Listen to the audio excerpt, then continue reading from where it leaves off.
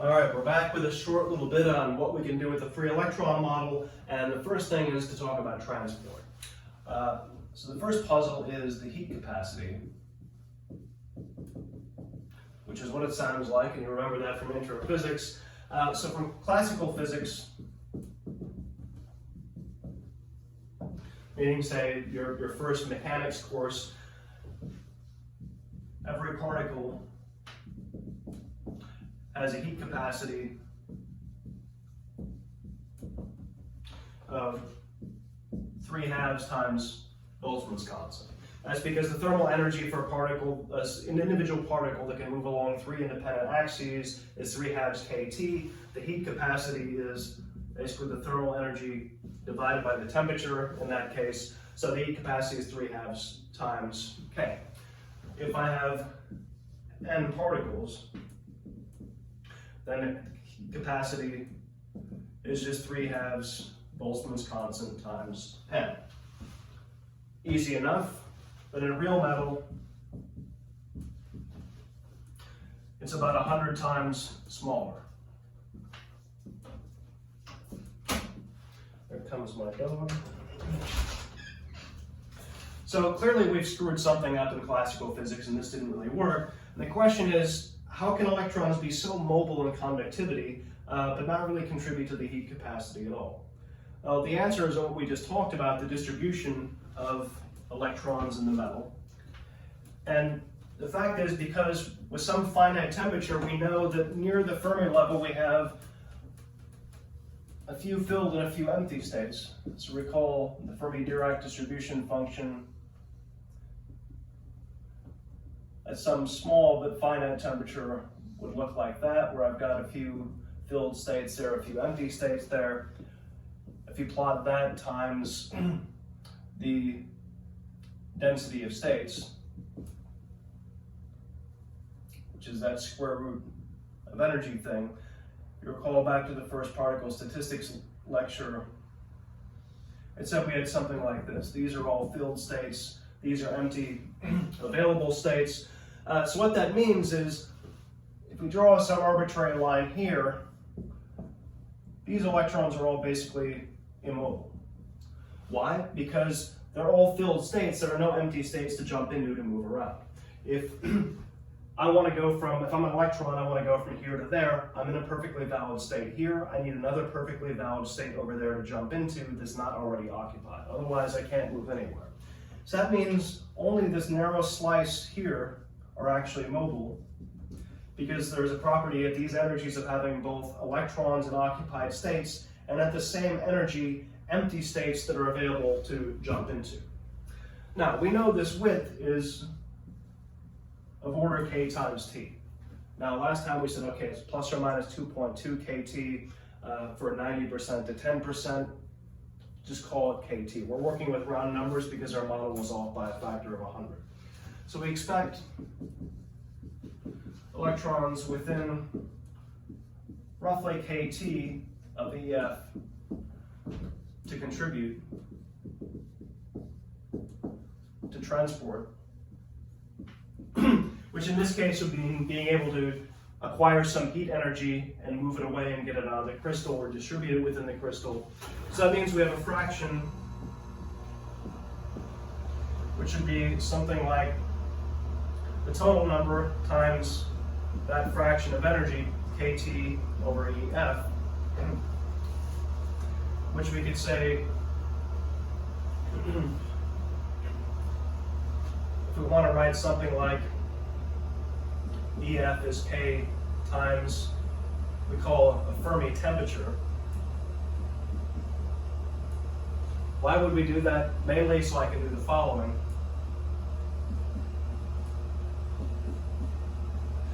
And say that the fraction of electrons available for conduction goes as, well, how many do you have in the first place, times what is the temperature relative to the characteristic temperature, the Fermi temperature, where would be the equivalent thermal energy of electrons at the Fermi energy. So in other words, if all of the energy of the electrons at the Fermi energy were thermal, and it's clearly not, that was what temperature would be implied, which is tens of thousands of Kelvin. It's a crazy, crazy temperature.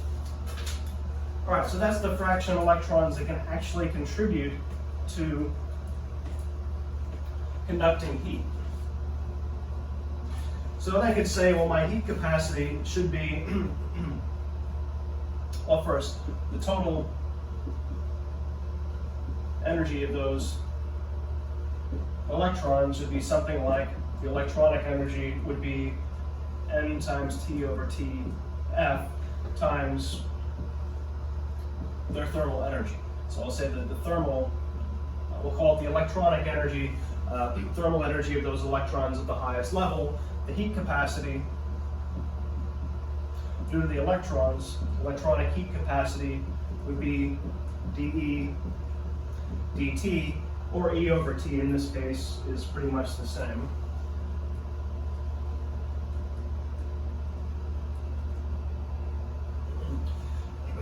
Which ends up being nkt, or n times kb, which is what we had for our classical system, but now times this fraction T over Tf. Now, T over Tf is just conveniently about 1 over 100 at room temperature, which is exactly how much the classical argument was off by. So, what's the main message? The classical argument said all the electrons participate in conducting heat and therefore contribute to the heat capacity. What the quantum model we built up says is only the fraction that are close enough to the Fermi energy to be mobile can actually contribute. Because after all, if the electron is completely immobile, how does it transport heat or electricity? So only this narrow sliver of electrons at the highest energy makes any difference, this fraction, and that fraction is about 1/100th of all of the electrons. So that's why the heat capacity is what it is. The thermal energy, the Fermi temperature equivalently is of order 10,000 Kelvin, room temperature is a few 300 Kelvin, and that's that. Now, for the actual heat capacity, you have to account for the fact that not only are the electrons contributing, but the nuclei, the lattice of ions is as well. If I have my two atoms next to each other, they're going to start to jiggle, agitate that bond. So overall, the heat capacity has another term due to that. Next, we can look at electrical conductivity. Now, if we run you through, you should recall a derivation of Ohm's law from intro physics, but if you recall, we'll say we have a free electron with momentum P, which is h bar k. And it's in an electric field, which I'll write with a squiggly E. So there's going to be a force, F is minus E times E, because the electron has a negative charge. Okay, so you're thinking electron feels a force, there's an acceleration, it's going to zip off that way. But we're in a lattice with 10 to the 23rd odd, 10 to the 22nd atoms per cubic centimeter, so there are frequent collisions.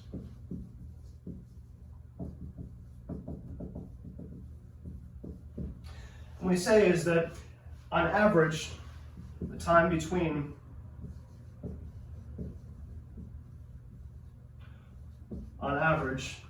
we'll call tau. So that's our mean time between collisions, which turns out to be something like 10 to the minus 12 seconds, which for an electron is not as long, it is actually a fairly long time. So the model is the electron is accelerated by the electric field briefly, grinds to a halt because of the collision, and then is accelerated again. So electron is accelerated, collision after tau, start over. Now, keeping in mind, the electrons at the Fermi level already have velocities of 10 to the 6 meters per second. So we're talking about is 10 to the 6 meters per second in this direction with a tiny little push in this direction to the electric field. So that's part of the key to the whole thing. So the next bit, and I'm hand waving a bit here because you should have all seen the Ohm's law derivation already at some point. So in the time tau, we accelerate with the acceleration, we could say force over mass, that's Newton's law, which would be the force minus E times the electric field over m. And that's a constant acceleration.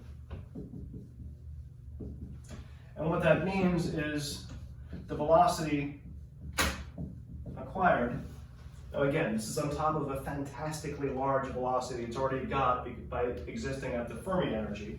The velocity gained then would just be minus e over m, that acceleration times time. So a times t. Delta v is a times t. Now, if we say there are little n electrons per unit volume, and we know the charge is minus e, then the current density you can work out easily enough. The current density J goes as how many do you have, what is the charge, and what is their velocity. The negatives are going to cancel out because we've got a minus e and a minus there. And if you plug in what you've got, n e squared tau electric field over m, or what it says is that the current density is proportional to a constant times the electric field. And where the constant sigma, then the conductivity is n e squared tau over m. So that's getting to Ohm's law, and that's 1 over the resistivity if you're wondering. So that's Ohm's law microscopically. Current density is proportional to the applied electric field. It's a linear response. Now, what if you're actually in a crystal where things vary with direction? Well, then J and E aren't necessarily in the same direction, and the conductivity isn't just some number. It turns out to be a tensor, meaning it varies with direction. But we don't care about any of that. Now, the adjustment from band theory, which we'll explore in more detail next time, well, sigma is n e squared tau over m, and we adjust that to n e squared tau over m star. The effective mass or reduced mass, which accounts for the interactions of the electron with the crystal. That's what we talked about last time, and we're going to figure out where that comes from. Now, the collision time is basically a parameter, practically speaking. So it depends on the structure and lattice that the thing is in, the number of electrons per unit volume,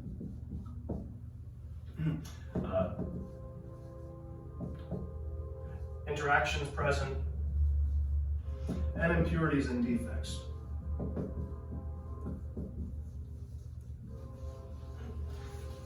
Now, if I say, what if we have, that's just an aside, what does it depend on? Name it, it depends on it. So what if we take copper?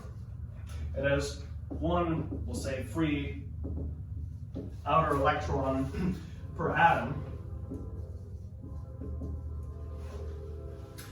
So n, the number of, would be the same as the number of copper atoms per unit volume, which would be Avogadro's constant divided by the molecular volume.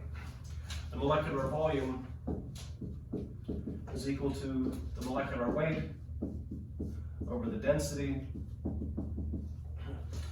which turns out to be 7.1 centimeters cubed. If you work all that out, the molecular weight is about 63.5. The density is 8.94 grams per cubic centimeter. And that gives you N is something like 8.5 times 10 to the 22nd per cubic centimeter. Now, we're supposed to be using cubic meters, but this is the unit you're more likely to encounter if you read something about solid state physics. And inverting our conductivity expression, tau would be sigma m over n e squared. We know all these things, assuming the mass is the free electron mass and not adjusted too terribly. That's about 2 times 10 to the minus 14 seconds. So what is the mean distance between collisions, or the mean free path? Well, how far on average can it go between collisions? That would be what is the overall velocity? The total velocity for an electron near the Fermi level. Again, the amount of velocity you acquire if you work out the numbers from the drift velocity you get from the electric field is really small. It's say 10 to the minus 4 meters per second. the electrons have by being at the Fermi energy 10 to the 6th meters per second. So the total velocity is basically just the Fermi velocity, since it's so many orders of magnitude larger.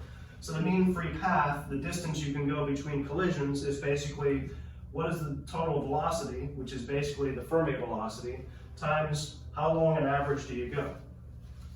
Now for copper, that's about 30 nanometers at room temperature of 300 K, which is about 600 atoms. So I mean, even at room temperature, one electron can zip past about 600 copper atoms, depending on the direction in the crystal, without hitting one, on average, which is crazy. So if you imagine, for instance, well, now you have to imagine, because we can't do this for a while. If you're in a very crowded stadium and you try to run out as fast as you can, imagine how well that's going to go. You're not going to get past 600 people before you run into something, but the electron in a copper crystal can. Now, if we look at low temperature, it's even stranger.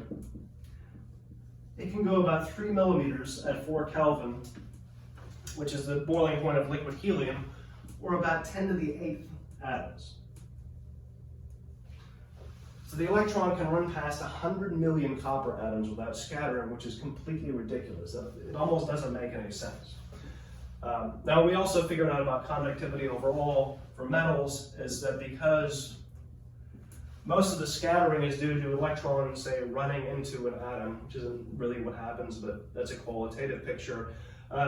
As the atoms go to higher and higher temperature, they're vibrating more and more. The effective cross-section they present looks larger and larger. Like if I'm wiggling around like this, I have a better chance of knocking down the ball you throw at me. So the scattering is more important at higher and higher temperatures. So resistivity goes up as temperature goes up. All right, very last property to talk about is thermal conductivity. How quickly can you transport heat? For copper, we know it's pretty quick.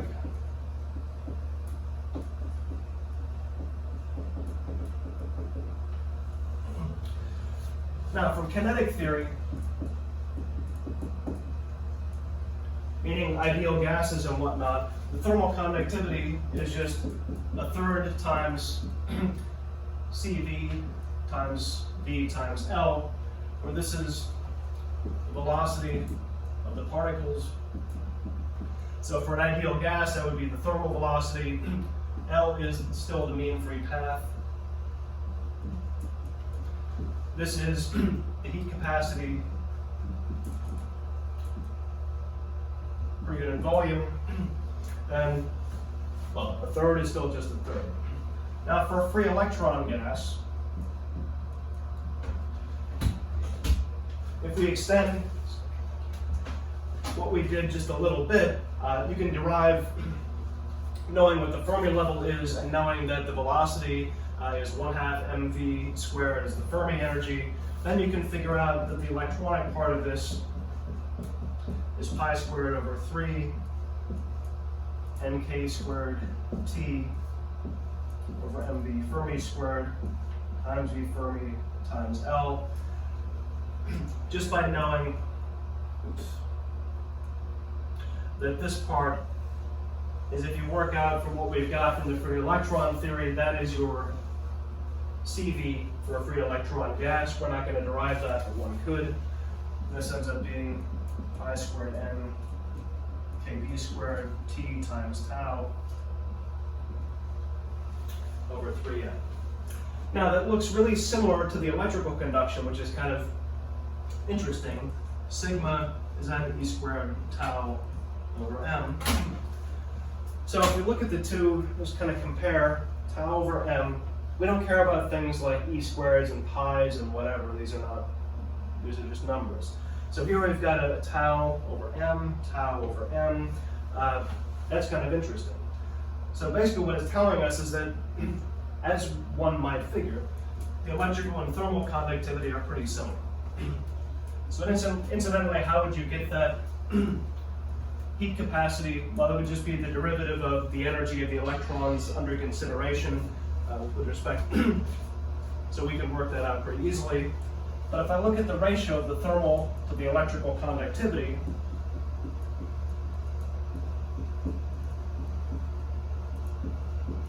There's our thermal conductivity, or electrical conductivity of n e squared tau over m. And now I see lots of things cancel, like tau over m, or at least I get a bunch of things that cancel.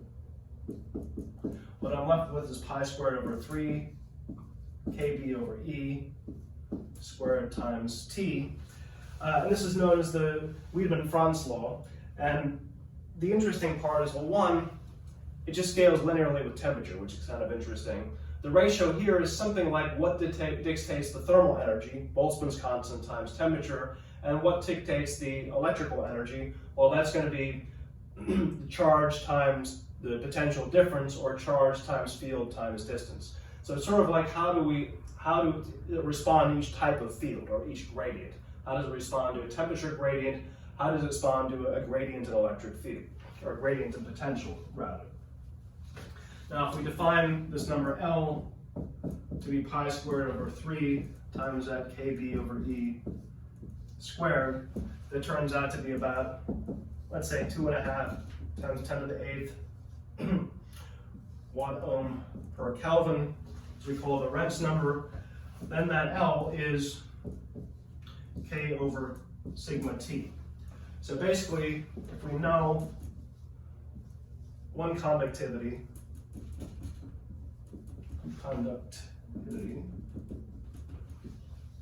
we know the other.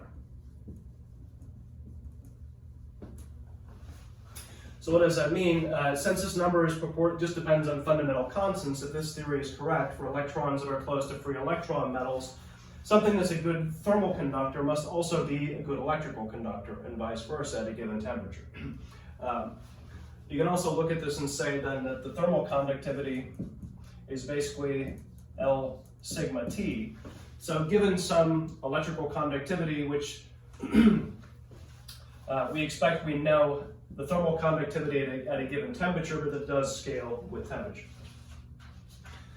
So anyway, this is sort of a big success for electron theory.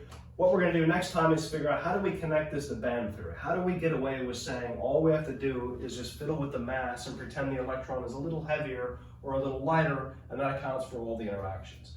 So we'll do that next time in a little relatively short lecture, I hope, and then we'll be completely ready to go into semiconductors and semiconductor devices.